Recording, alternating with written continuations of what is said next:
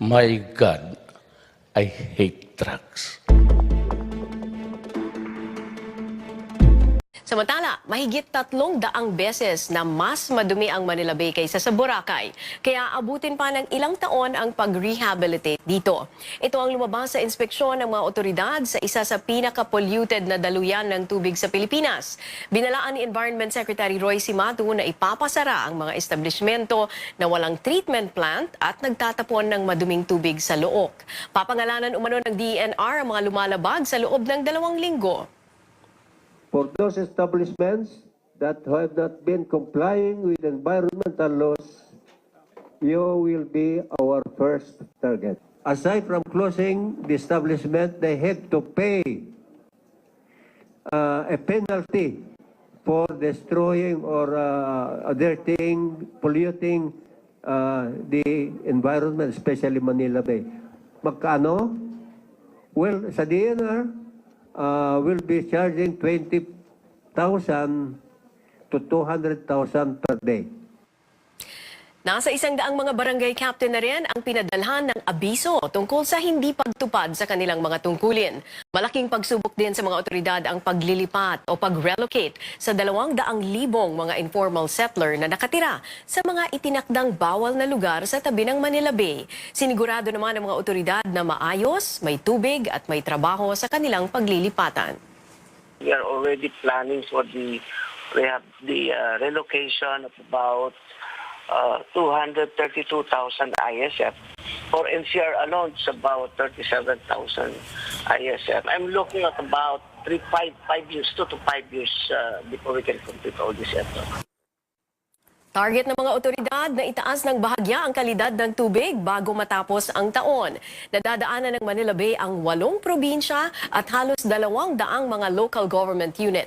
Sinabi naman ni Tourism Secretary Berna Romulo Puyat na babawiin ang accreditation ng mga hotel at tourist establishment na hindi sumusunod sa batas. We will be following the Boracay formula. First, we will not give DOT accreditation unless there is DENR and DILG compliance. Sa ngayon, nasa 27 mga government agencies ang nagtutulong-tulong na linisin ang Manila Bay. Magsisimula ang rehabilitasyon sa ika-27 ng Enero. Kailangan din kumuha ng exemption sa paggastos para dito dahil bawal nang magpondo ng mga bagong proyekto pagpasok ng election period. Sa inyong palagay, kaya pa kayang linisin ang Manila Bay? Oras na para boses nyo naman ang aming pakinggan. Bukas na po ang aming Facebook Live para sa inyong mga komento.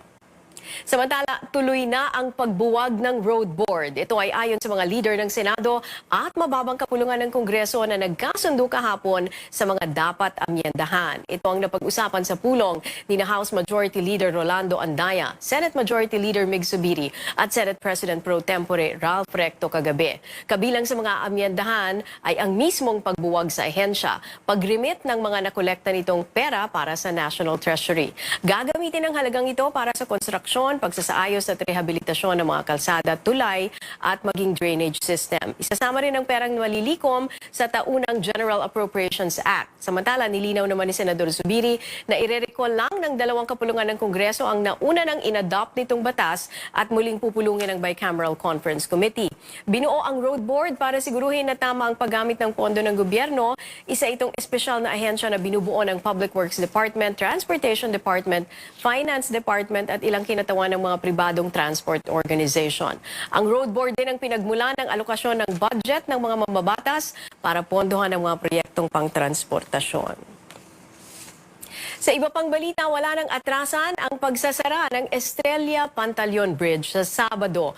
Yan ay ayon kay MMDA General Manager Jojo Garcia. Sa panayam sa programang The Source, sinabi ni Garcia, asahan na ang mas mabagal na daloy ng trapiko kapag isinara na ang tulay. Ang Estrella Pantaleon Bridge ay nagdurugtong sa Makati at sa Mandaluyong. Isasara ito hanggang sa taong 2021 para i-demolish at gumawa ng bagong tulay ang Public Works Department. As long as wala pang advice ng DPWH for us to cancel it, of course, no? Monitoring lang talaga MMDA. Rockwell, tawid ka lang 10 minutes, sa kabila ka na. Even nasa Mandaluyong ka. Or 15 minutes at most, no, kung traffic. Eh, ngayon, siguro additional 1 hour yan. No? Kasi you need to divert. And then, puno-puno ang EDSA, no? Muling mapapanood ang panayam kay MMDA General Manager Jojo Garcia sa The Source mamayang alas 2 ng hapon, pati na rin alas 7:30 ng gabi. Nasa Pilipinas ngayon ang Pangulo ng Sri Lanka para sa 5 araw na state visit. Dumating si Sri Lankan President Maithripala Sirisena sa Ninoy Aquino International Airport kagabi. Nakatakdang magdaos ng isang welcome ceremony si Pangulong Duterte para sa foreign leaders sa Malacanang mamaya. Matapos nito ay magpupulong ang dalawa. Bukod dito, nakatakdang bumisita si Pangulong Sirisena sa Asian Development Bank sa Manila at sa International Rice Research Institute sa Los Baños, Laguna. Ito ang unang pagbisita sa Pilipinas ng isang Sri Lankan president. Mga balita tayo sa labas ng bansa. Nanganganib ngayon sa posisyon si British Prime Minister Theresa May matapos ang makasaysayang pagkatalo ng divorce deal ng bansa mula sa European Union o Brexit. Pinakamaraming mga mambabatas ang bumoto kontra sa Brexit plan sa record margin na 432 laban sa 202. Maging ang unang mga sumuporta sa Brexit at EU membership na nasa mahigit 100 ay sumama na rin sa malawakang rebelyon kontra dito. Inaasahan sana na magiging epektibo ang Brexit sa susunod na Marso. Pagdidesisyonan din ng British government kung dapat pang manatili sa pwesto si Theresa May sa isasagawang no confidence vote ngayong Miyerkules. At agaw pansin naman ang perpektong ice disk na nabuo sa ilog ng Connecticut sa Amerika. Ang sukat at laki ng yelo mahigit sa 70 metro. Hindi lang yon, kusa ring umiikot ang malaking yelo sa direksyong counterclockwise. Ayon sa mga opisyal, tila hindi nila alam kung paano at kailan nangyari ang pagbuo ng malaking yelo. Kayo ay nasa newsroom ngayon. Para sa mga kababayan natin sa iba't ibang panig ng mundo, mapapanood nyo rin kami sa cnnphilippines.com, pati na rin sa aming Facebook page na CNN Philippines. Abangan, pag-aayos ng mga gamit, nakakabawas raw sa stress. Paano naman kaya tayo magsisimula? Tuturuan tayo ng isang organizing consultant. Garoon nga ba ng data breach o leak ng mga impormasyon sa mga pasaporte? Ito ang pagpupulungan ngayon ng mga opisyal ng Foreign Affairs Department at ng National Privacy Commission. Naunang ibinunyag ni Foreign Affairs Secretary Teddy Boy Locsin na natangay ang mga impormasyon sa mga pasaporte. Pero kahapon, nilinaw din niya na na-turn over ng dating French contractor sa bagong nag-iimprenta ngayon ng mga passport ang mga impormasyon. Inanunsyo din ng kalihim na ipinag-utos na niya na huwag hingian ng birth certificate ang mga passport applicant. Nakausap ng aming chief correspondent na si Pia Ontiveros, si Secretary Locsin. Ito ang kanyang pahayag. That for now, they told me there's no data breach, although when asked by our Office of Consular Affairs, you mean everything is safe? Well, no, some is lost, etc. But that's fine. I said, are you trying to tell me that in spite of that, my interest here is to remove the burden on the public of birth certificates and the renewal of passports? And frankly, he took me as, Apo said, sir, there was never any need for birth certificates.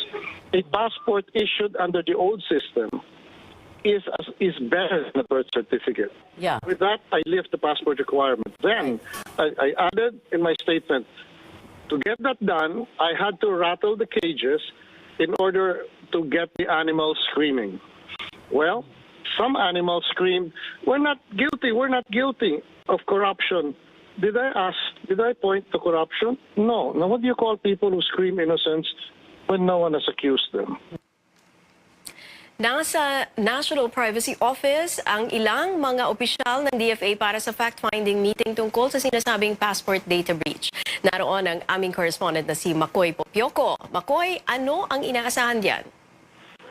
Yes, Sherry, isang closed-door preliminary fact-finding meeting ng Privacy Commission ang mangyayari ngayong umaga. Hindi pa ito nagsisimula pero nasabi sa atin na nandito na yung mga opisyal ng Department of Foreign Affairs. So ngayong umaga, yung makakasama lamang ng Privacy Commission sa kanilang preliminary fact-finding meeting, yung mga opisyal na manggagaling sa Department of Foreign Affairs. Hindi pa kasali dito yung mga opisyal galing naman sa APO. So ayon sa mga opisyal ng Privacy Commission, magsasagawa sila ng bukod pang meeting kasama yung mga opisyalis ng APO.